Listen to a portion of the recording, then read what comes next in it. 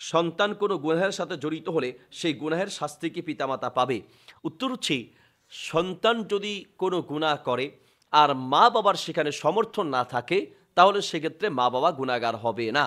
কিন্তু মা বাবার সমর্থন অথবা মা বাবার উদাসীনতা যদি থাকে, মা বাবার উদাসীনতার কারণে যদি সন্তান খারাপ পথে চলে যায়, তাহলে সন্তান যেমন গুনাহগার হবে, মা বাবাকেও তেমনই গুনাহগার হতে হবে।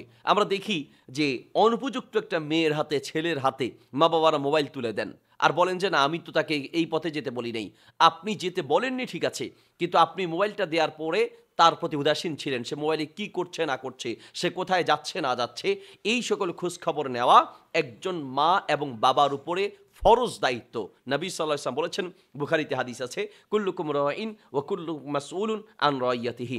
তোমরা প্রত্যেকেই দায়িত্বশীল, তোমাদের অধীনস্থদের ব্যাপারে তোমাদেরকে প্রশ্ন করা হবে। তাহলে আপনার সন্তানের ব্যাপারে আপনাকে কিয়ামতের মাঠে জবাবদিহি করতে হবে।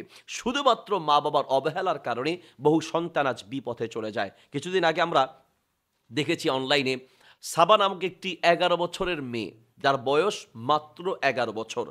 তার মায়ের ক্যান্সার হয়েছে, মাকে হসপিটালে রেখে, ক্যান্সারে আক্রান্ত মাকে হসপিটালে রেখে সেই মেয়ে পালিয়ে গিয়েছে। প্রথম পত্রিকার হেডলাইন ছিল, 11 বছরের শিশু সাবাকে খুঁজে পাওয়া যাচ্ছে না, 11 বছরের শিশুকে পাওয়া যাচ্ছে না।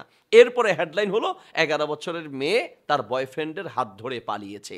তার মানে 11 বছরের একটা মেয়ে সেই বয়ফ্রেন্ড চিনেছে, যে সময় আমরা 11 বছর বয়সে আমরা বিয়ে শাদী কাকে বলে বুঝতাম না, আর সেই বয়সে সে অন্যকে নিয়ে পালিয়ে যাচ্ছে, মাকে ক্যান্সারে রেখে হসপিটালে রেখে।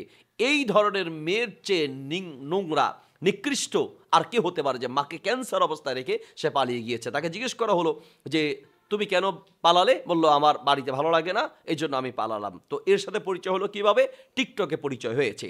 তাহলে টিকটক চালাচ্ছে একটা 11 বছরের মেয়ে, তার হাতে একটা মোবাইল তুলে দেওয়া হলো, টিকটক চালানোর মতো সাপোর্ট দেওয়া হলো, সুযোগ করে দেওয়া হলো। অধিকাংশ মা বাবা এই কাজটা করে থাকেন। দেখা যায় যে তারা প্রথম অবস্থায় কিছু বলে না, কথা বলার সুযোগ করে দেয়, ছেলেদের সাথে দেখা করার সুযোগ করে দেয়, তারপরে মোবাইলে কথা বলার সুযোগ করে দেয়, বাসায় আসা যাওয়ার সুযোগ করে দেয়। সব সুযোগ করে দেওয়ার পরে মেয়েটা যখন পালিয়ে যায়, তখন মা বাবার হুঁশ ফিরে আসে, তখন বলে যে আল্লাহর গজব পড়ুক তার উপরে। তো গজব তো বাচ্চার উপরে পড়ার আগে আপনার উপরে পড়েছে, কারণ আপনিই তো তাকে সুযোগ করে দিয়েছেন। এইরকম যদি মা বাবার অবহেলার কারণে, অসতর্কতার কারণে কোনো সন্তান বিপথে, খারাপ পথে চলে যায়, তাহলে সন্তান যেমন দোষী হবে, মা বাবাকেও ঠিক তেমনি দোষী হতে হবে। তাই আমাদের উচিত আমাদের সন্তানরা কোথায় যাচ্ছে, কি করছে, কাদের সাথে সময় কাটাচ্ছে ইত্যাদির ব্যাপারে আমাদেরকে সতর্ক থাকা।